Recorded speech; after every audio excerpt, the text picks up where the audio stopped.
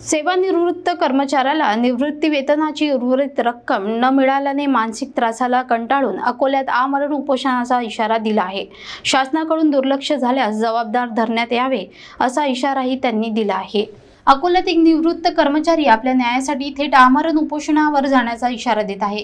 ग्रामीण पाणी पुरवठा विभागातून नियत वयोमानानुसार 2021 साली निवृत्त झालेले सुधाकर खरबडकर यांनी अद्याप मिळालेली अपूर्ण अंशराशीकरणाची रक्कम मिळावी यासाठी जिल्हा परिषद कार्यालयात 5 मे पासून आमरण उपोषण सुरू करण्याचा निर्धार व्यक्त केला आहे। खरबडकर यांना एकूण 6,83,504 रुपयांची मजुरी मिळाली असताना केवळ 2,69,821 रुपये त्यांच्या खात्यात जमा झाले आहेत। उर्वरित सुमारे 4.5 लाख रुपये मिळावेत यासाठी त्यांनी प्रशासनाच्या अनेक उंबरठ्यांची झडती घेतली, परंतु अद्याप काहीच उपयोग झालेला नाही।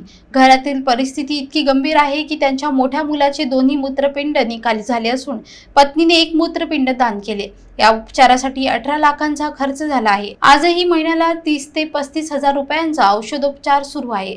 अशा स्थितीत सरकारकडून पाठ फिरवल्याने ते मानसिक तणावात आहेत।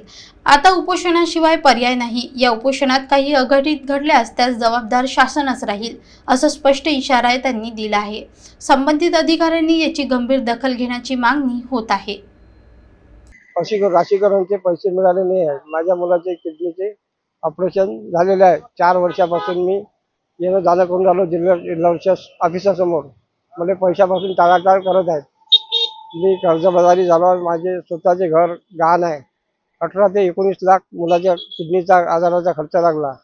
मुलाचा मेडिकल खर्च हे मला पैसे नाही सुद्धा मेडिकल आणण्यासाठी। त्याच्यामुळे मी जिल्हा परिषद आवारासमोर आमरण उपोषणाला बसलो।